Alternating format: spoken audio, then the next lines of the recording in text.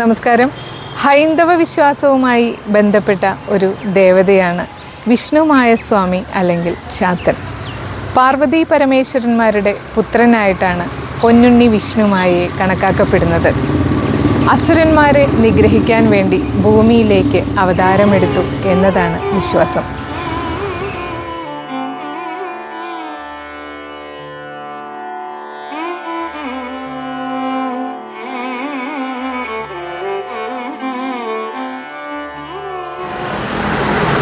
പോത്തിൻ്റെ പുറത്ത് കുറുവടിയുമായിരിക്കുന്ന ബാലൻ്റെ രൂപമാണ് പൊന്നുണ്ണി വിഷ്ണുമായയുടേത്. ഉഗ്രമൂർത്തിയാണ് പൊന്നുണ്ണി വിഷ്ണുമായ.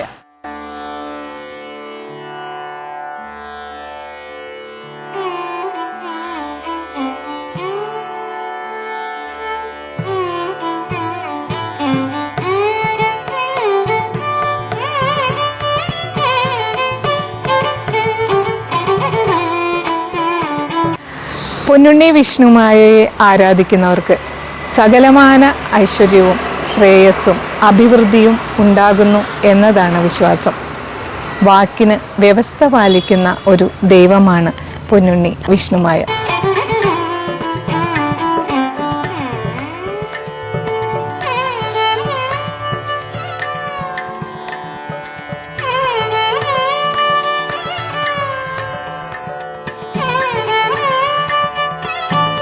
പുരാണ കഥയനുസരിച്ച് പരമശിവൻ വനത്തിൽ വേട്ടയാടാൻ പോയപ്പോൾ വനത്തിൽ നിന്ന് മധുരമായ ഒരു സ്ത്രീ ശബ്ദം കേൾക്കുകയുണ്ടായത്രേ. ശബ്ദത്തിൻ്റെ ഉടമയെ തേടിയപ്പോൾ കൂളിവാക എന്ന സുന്ദരിയായ സ്ത്രീയെ കാണുകയുണ്ടായി. അവളുടെ സൗന്ദര്യത്തിൽ ഭ്രമിച്ച് പരമശിവൻ അവളുമായി വേൾച്ചയ്ക്ക് ആഗ്രഹിച്ചു. പരമശിവന്റെ ആഗ്രഹം മനസ്സിലായ കൂളിവാക ഭയപ്പെടുകയും അവളുടെ ഇഷ്ടദേവിയായ പാർവതിയെ പ്രാർത്ഥിക്കുകയും ചെയ്തു. കാര്യം മനസ്സിലാക്കിയ ശ്രീപാർവതി അവളുടെ മുന്നിൽ പ്രത്യക്ഷയായി. ഭയപ്പെടേണ്ടെന്നും ഇത് അവളുടെ യോഗമാണെന്നും പറഞ്ഞു. മാത്രവുമല്ല, കൂളിവാക മുൻജന്മത്തിൽ ശ്രീപാർവതിയുടെ തോഴിയായിരുന്നുവെന്നും പറയുകയുണ്ടായി. മുൻജന്മത്തിൽ കൂളിവാക ബാലഗണേശനെ ശ്രീപാർവതി അറിയാതെ മുലയൂട്ടുകയുണ്ടായി. ഇതറിഞ്ഞ പാർവതി കൂളിവാകയെ അടുത്ത ജന്മത്തിൽ ചണ്ടാള കുലത്തിൽ ജനിക്കുവാൻ ശപിക്കുകയുണ്ടായി. ശാപം കിട്ടിയ കൂളിവാക കരഞ്ഞുകൊണ്ട് ശ്രീപാർവതിയെ കാൽ പിടിച്ച് ക്ഷമ ചോദിക്കുകയുണ്ടായി.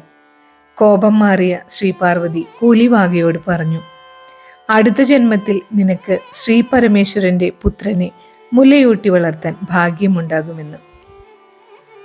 മുൻജന്മ കഥ പറഞ്ഞ ശേഷം കൂളിവാകയോട് വീട്ടിലേക്ക് ഭയം കൂടാതെ പോകാൻ പറഞ്ഞു.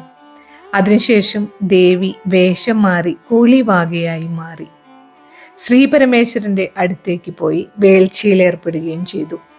അതിൽ നിന്ന് 400 കുട്ടികൾ ഉണ്ടാവുകയും ചെയ്തു. അതിൽ മൂത്ത കുട്ടിയാണ് കരിങ്കുട്ടി. ഈ കുട്ടിയെ കരിങ്കുട്ടി ചാത്തൻ എന്ന് വിളിക്കുകയും ചെയ്തു. നല്ലതും പൊട്ടയുമായ ഒരുപാട് ചാത്തന്മാർ വേറെയും ഉണ്ടായിരുന്നു. പറക്കുട്ടി, അറുകൊല, കറുത്തച്ഛൻ, മൂക്കൻ, കാപ്പിരി മുത്തപ്പൻ, കുരുടി, കരിങ്കണ്ണൻ എന്നിങ്ങനെ അനേകം ചാത്തന്മാർ ഉള്ളതായി വിശ്വസിക്കപ്പെടുന്നു. ഇവരിൽ ഏറ്റവും ഇളയവനായ ചാത്തനാണ് വിഷ്ണുമായ. ഈ കുട്ടിയുടെ സംരക്ഷണത്തിനായി ഒരു പോത്തിനെയും കരിങ്കുട്ടി ചാത്തന് ഒരു കാളയെയും കൊടുത്തു. ശ്രീപാർവതി ഈ 2 കുട്ടികളെയും കൂളിവാകയെ ഏൽപ്പിക്കുകയും ചെയ്തു. കുട്ടി കൂളിവാകയുടെ സംരക്ഷണത്തിൽ വളർന്നു.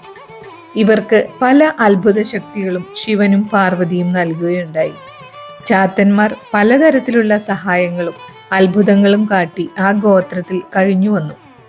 ചാത്തന്മാർ തങ്ങളുടെ വാഹനങ്ങളായ പോത്തിൻ്റെയും കാളയുടെയും പുറത്തേറി ഈഴറയും വായിച്ചുകൊണ്ട് വനത്തിൽ ചുറ്റി നടന്നു. തൻ്റെ 7ാമത്തെ വയസ്സിൽ ഗോത്രക്കാർ നടത്തിയ ജന്മദിനാഘോഷത്തിൽ നാരദമുനി വരികയും ചാത്തന്മാരോട് അവൻ്റെ മാതാപിതാക്കൾ ആരാണെന്ന് പറയുകയും ചെയ്തു. അവരെ കൈലാസത്തിൽ പോയി കാണുവാൻ ഉപദേശിക്കുകയും ചെയ്തു. വിവരങ്ങൾ അറിഞ്ഞ് ചാത്തന്മാർ കൈലാസത്തിൽ പോയി. അവിടെ ശിവന്റെ വാഹനമായ നന്ദികേശൻ ചാത്തനെ കവാടത്തിൽ വെച്ച് തടഞ്ഞു. ചാത്തൻ അകത്തേക്ക് പോകുവാനായി മഹാവിഷ്ണുവിൻ്റെ വേഷം മായയാൽ ധരിക്കുകയുണ്ടായി. എന്നിട്ട് ശിവപാർവതിമാരെ കാണുകയും ആശീർവാദം വാങ്ങുകയും ചെയ്തു. പരമശിവന് ഏറെ സന്തോഷം തോന്നുകയും വിഷ്ണുവിൻ്റെ രൂപം മായയാൽ സ്വീകരിച്ചതിനാൽ ചാത്തന് വിഷ്ണുമായ എന്ന പേർ നൽകുകയും ചെയ്തു. മാത്രവുമല്ല, ചാത്തന്മാർക്ക് എല്ലാ തരത്തിലുമുള്ള ആയോധന വിദ്യകളും പറഞ്ഞു കൊടുക്കുകയും ജലന്ധരൻ എന്ന അസുരനെ കൊല്ലുവാനുള്ള സൂത്രം പറഞ്ഞു കൊടുക്കുകയും ചെയ്തു.